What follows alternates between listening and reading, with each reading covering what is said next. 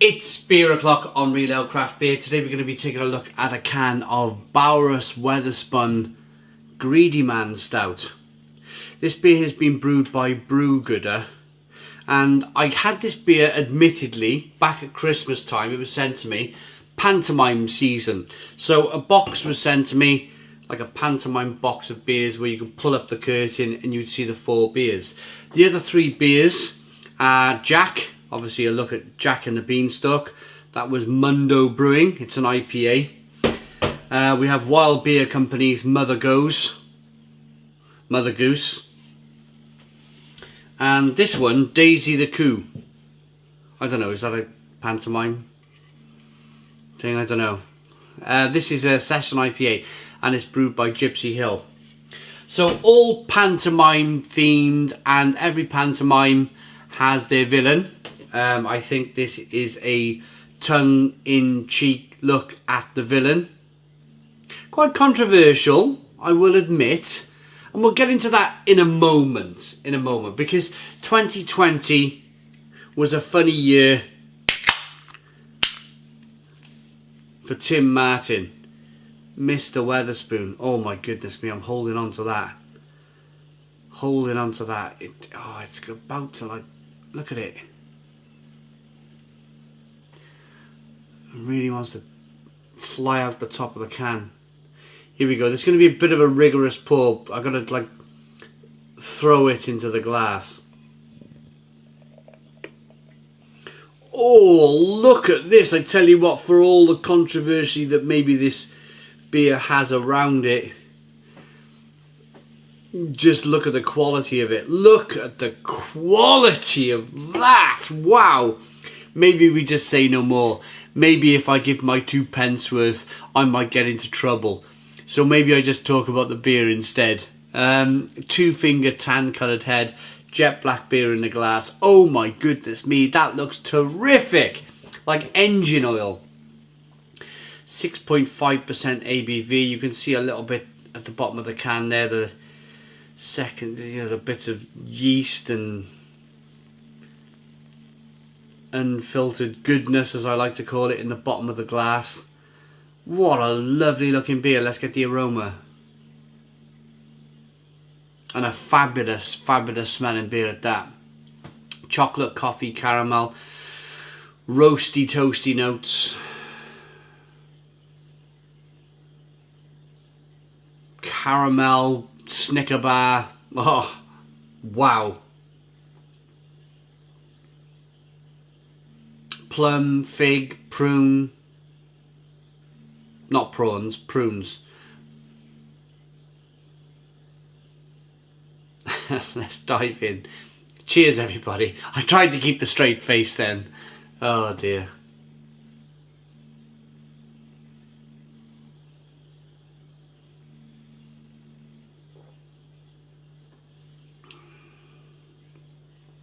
Ah, it's lovely. That is lovely. Chocolate, coffee, caramel, roasty, toasty, biscuity, bready, nutty loveliness. Absolute loveliness. A lovely, creamy, rich mouthfeel.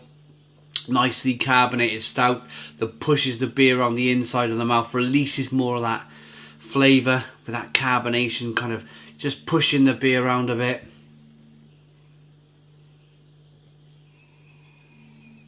Mmm.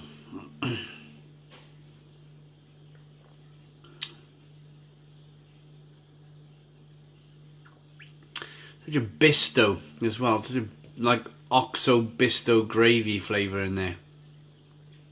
Fabulous. A lovely bitterness as well. Loads of bitterness, but then a lovely sweetness as well. Really good beer. Really good beer. Let's get the rest of the can in.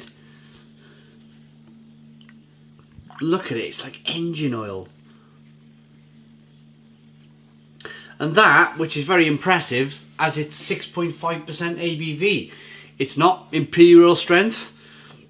It's 6.5, but it still has amazing body.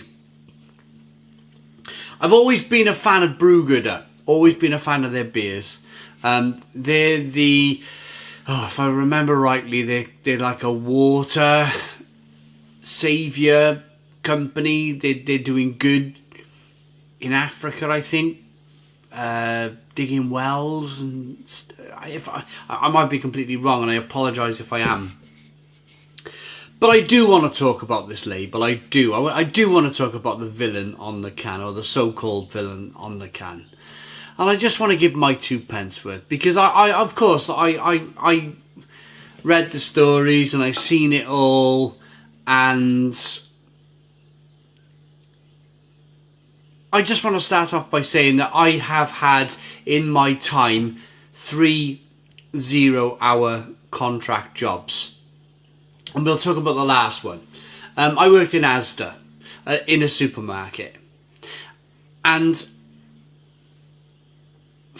in my personal relationship with my 0-hour contract, it worked for me and it didn't work for me. Kind of like when you needed the work in January after Christmas, it wasn't quite there. But before Christmas, they wanted you there 60 hours a week. They would phone you, you'd go, you'd work hard and so forth. You'd earn your money. But generally, I like the flexibility. I like the flexibility of a 0-hour contract, because it meant that I could come home when they sent you home, and you could just do your beer reviews, as I do. So it worked for me on a personal note. Now, the whole issue started last year when, of course, the situation arose of this whole pandemic thing. And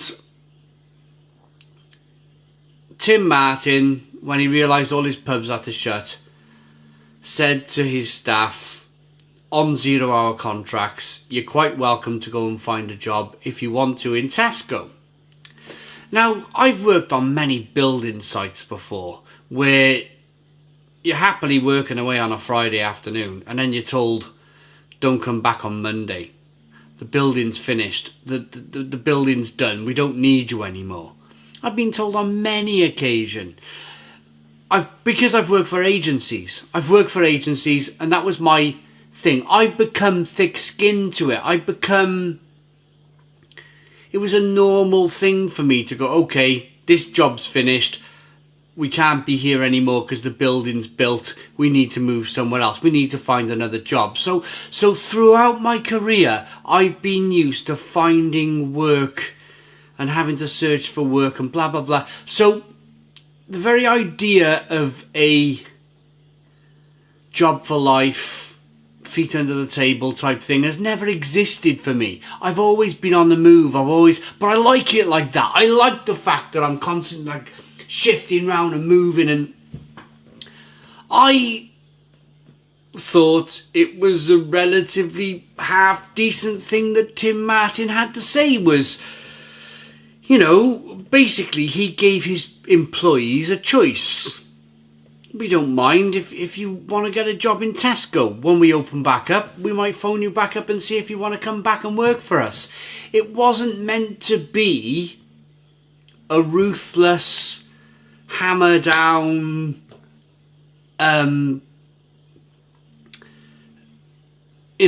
like it or lump it type of thing. I don't think in his mind that's what he was trying to say. Do you know how hard it is to build a successful business in the UK? Do you know how many businesses fail in the UK? This guy has found a market for himself buying old buildings. Let's take my town for example. My town, there was an old snooker club, stinking smelly old snooker club, right, where nobody went to. It used to be a theatre. It was all broken up into takeaways and it was all litter outside, and, nobody gave a damn about this building. Tim Martin and his team come along. They spent a fortune on this building, right? They put the original theatre plus aid back in place, the bath stone. They really spent a lot of money on this old building. And I look at this building now in admiration. I look at this building now and go, that's what that theatre would have looked like back in the day. All the bath stones in place. Beautiful, beautiful looking building. What other company in the UK does that? What other company takes on an old rotting building in Barry and decides to look at it as what it was to begin with and put that money back in? I think it's a fantastic thing. And going back to the point as how many businesses actually fail in the UK, this man has found a business model and a market, and he's worked his bloody socks off, I'm telling you. It hasn't come easy to him.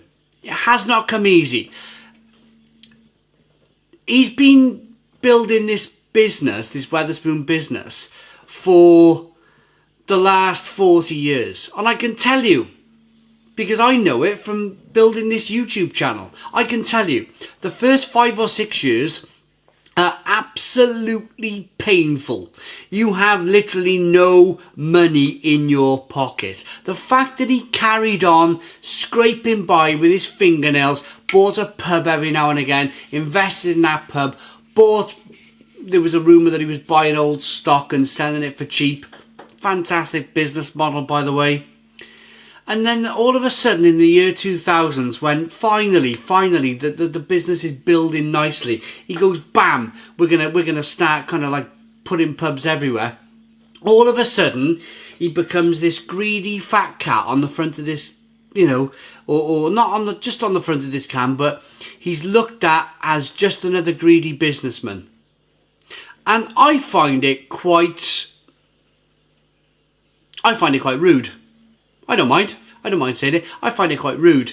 I find it quite rude that whenever somebody pokes their head up above where it should be, above the waterline, you know, to take some air, all of a sudden they're shot down, they're stamped on, they're trying to get their head pushed back below the waterline, you know?